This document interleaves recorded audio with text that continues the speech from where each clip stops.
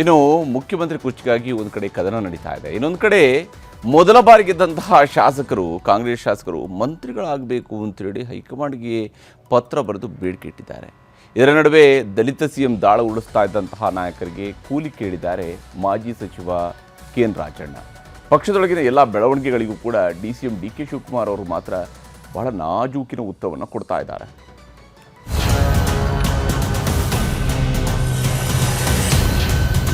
ಐದು ಜನ ನಮ್ಮ ಹೊಸ ಶಾಸಕರಿಗೆ ಮಂತ್ರಿ ಕೊಡಿ.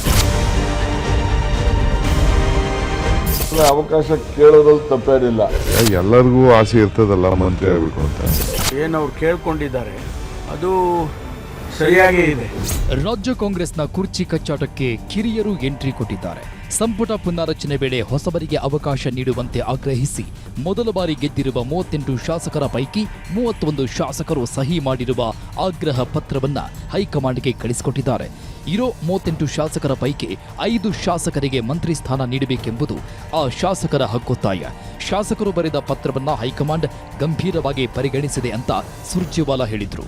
अपनी मन की आकांक्षा को उजागर किया है. उन्होंने पार्टी फोरम पर चिट्ठी लिखी है. हम पार्टी फोरम पर इसे एड्रेस करेंगे. मैं ये मानता हूं कि कांग्रेस में अभी आंतरिक प्रजातंत्र है. बीजेपी के लोग लिख देते तो उन्हें देशद्रोह में अब तक उनके खिलाफ एफआईआर दर्ज हो जाती अगर बीजेपी के एमएलए ऐसा करते. पर कांग्रेस सबकी बात सुनती है. उनकी बात खड़गे जी, राहुल गांधी जी अवश्य सुनेंगे और जो भी यथासंभव हो सकेगा वो अवश्य करेंगे. ಹೈಕಮಾಂಡ್ ತಮ್ಮ ಪತ್ರ ನೋಡಿದೆ ಅಂದ ಕೂಡಲೇ ಹೊಸದಾಗಿ ಆಯ್ಕೆಯಾದ ಶಾಸಕರು ಅಲರ್ಟ್ ಆಗಿದ್ದಾರೆ. ಪುನಾರಚನೆ ವೇಳೆ ಹೊಸಬರನ್ನು ಪರಿಗಣಿಸುವಂತೆ ಡಿಕೆಶಿಗೆ ಮಂಡ್ಯ ಶಾಸಕ ಗಣಿಗ ರವಿ ಮನವಿ ಮಾಡಿದ್ರು. ಹೊಸ ಶಾಸಕರ ಬೇಡಿಕೆಗೆ ಡಿಕೆಶಿನೂ ಆಸಕ್ತಿ ತೋರಿಸಿದ್ರು. ಯಾರು ಇಲ್ಲಿ ಗೂಟ ಹೊಡ್ಕೊಂಡು ಕೋರೋದಕ್ಕಾಗಲ್ಲ, ಹೊಸ ಜನರೇಷನ್, ಹೊಸ ಆಲೋಚನೆಗಳು ಬೇಕಲ್ವಾ ಎಂದು ಹೇಳುವ ಮೂಲಕ ಕಿರಿಯ ಶಾಸಕರ ಆಸೆಗೆ ಇನ್ನಷ್ಟು ರುಚಿ ಹತ್ತಿಸಿದ್ದಾರೆ. ನಾನು ಸೇರಿ ಸೈನ್ ಹಾಕಿದ್ದೀನಿ. ಅದರಲ್ಲೇನು ಫೇಕ್ ಲೆಟ್ರ್ ಏನಲ್ಲ, ಒರಿಜಿನಲ್ ಲೆಟ್ರೆ ಹೈಕಮಾಂಡ್ ಕೊಟ್ಟಿದ್ದೀವಿ. 2028ಗೆ ನಮ್ಮ ಸರ್ಕಾರ ಮತ್ತೆ ತರಬೇಕು. ಪ್ರತಿಭಾವಂತರು, ಟ್ಯಾಲೆಂಟ್ ಇರೋರು ಮತ್ತೆ ಪ್ರಾದೇಶಿಕವಾಗಿರುವಂತ 5 ಜನ ನಮ್ಮ ಹೊಸ ಶಾಸಕರಿಗೆ ಮಂತ್ರಿ ಕೊಡಿ. ಎಲ್ಲರಿಗೂ ಆಸೆ ಇರ್ತದಲ್ಲ ಮಂತ್ರಿ ಆಗಬೇಕು ಅಂತ. ನರೇಂದ್ರ ಮೋದಿ ಅವರು ಚೀಫ್ ಮಿನಿಸ್ಟರ್ MLA ಆಗಲಿಲ್ಲಪ್ಪ, ಚೀಫ್ ಮಿನಿಸ್ಟರ್ ಆಗೋದಾರಲ್ಲ, ಅದಕ್ಕೆ ಎಲ್ಲರಿಗೂ ಆಸೆ. ಚೀಫ್ ಮಿನಿಸ್ಟರ್ ಇಲ್ಲದೆ ಹೋದ್ರು ಕೆಲವು ಮಂತ್ರಿ ಆಗಿದ್ದವ್ರು ಇದ್ದಾರೆ, MLA ಆಗಿದ್ದೇ ಹೋದ್ರು ಮಂತ್ರಿ ಆದವರಿದ್ದಾರೆ. ಹಾಗೆ ಕೇಳ್ತಾರೆ, ಅವ್ರು ಕೇಳೋದ್ರಲ್ಲಿ ತಪ್ಪೇನಿದೆ.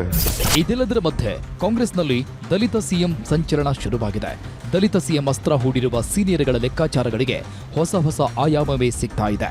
ಡಿ.ಕೆ. ಶಿವಕುಮಾರ್ ದುಡಿದಿದ್ದಾರೆ, ಕೂಲಿ ಕೊಡಲಿ ಅಂತಿದ್ರು ಆಪ್ತರು. ಇದೀಗ ಪರಮೇಶ್ವರ್ ಕೂಡ 8 ವರ್ಷ ದುಡಿದಿದ್ದಾರೆ, ಅವರಿಗೆ ಕೂಲಿ ಬೇಡವಾ ಎಂದು ರಾಜಣ್ಣ ಪ್ರಶ್ನೆ ಮಾಡಿದ್ದಾರೆ. ಇದಕ್ಕೆ ಡಿಕೆ ತಮ್ಮದೇ ಸ್ಟೈಲ್ನಲ್ಲೇ ಉತ್ತರ ಕೊಟ್ಟಿದ್ದಾರೆ. ಯಾರಿಗೆ ಒಳ್ಳೆಯವರು, ನಮ್ಮ ಹಿರಿಯ ಲೀಡ್ರು, ನನ್ನ ಜೊತೆ ವರ್ಕಿಂಗ್ ಪ್ರೆಸಿಡೆಂಟ್ ಆದವರು, ವಾರಕ್ಕೊಂದ್ಸತಿ ಮಾತಾಡ್ತಾ ಇರ್ತೀವಿ, ಇಬ್ಬರು ಹಂಚ್ಕೊಳ್ತಾ ಇರ್ತೀವಿ, ಸಮಾನ ಮನಸ್ಕರು, ಅವ್ರಿಗೂ ಪಕ್ಷದ ಬಗ್ಗೆ ಅಪಾರವಾದಂಥ ಚಿಂತನೆ ಇದೆ. ಆಗಲಿ, ಇನ್ನೂ ಹೆಚ್ಚು ಚರ್ಚೆ ಆಗಲಿ, ಅದರಲ್ಲಿ ನನಗೇನದೇನು ತಪ್ಪು ಅಂತ ಕಾಣಿಸ್ತಾ ಇಲ್ಲ. ಇದನ್ನು ಹೈಕಮಾಂಡ್ನವರು ತೀರ್ಮಾನ ಮಾಡೋದು.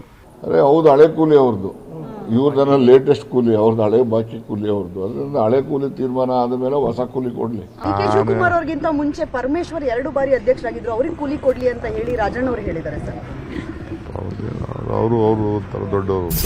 ದಿನಕ್ಕೊಂದು ಮಾತು, ಬೆಳವಣಿಗೆಗಳಿಂದಾಗಿ ಇದೀಗ ಕಾಂಗ್ರೆಸ್ ಮನೆಯಲ್ಲಿ ಹೊಸ ಲೆಕ್ಕಾಚಾರಗಳು ತಳುಕು ಹಾಕಿಕೊಳ್ಳುತ್ತಿವೆ. ಹಾಗೆ ಸಿಎಂ ಸಿದ್ದರಾಮಯ್ಯ ಮಾತ್ರ ಬಜೆಟ್ ಲೆಕ್ಕಾಚಾರದಲ್ಲೇ ಇದ್ದಾರೆ.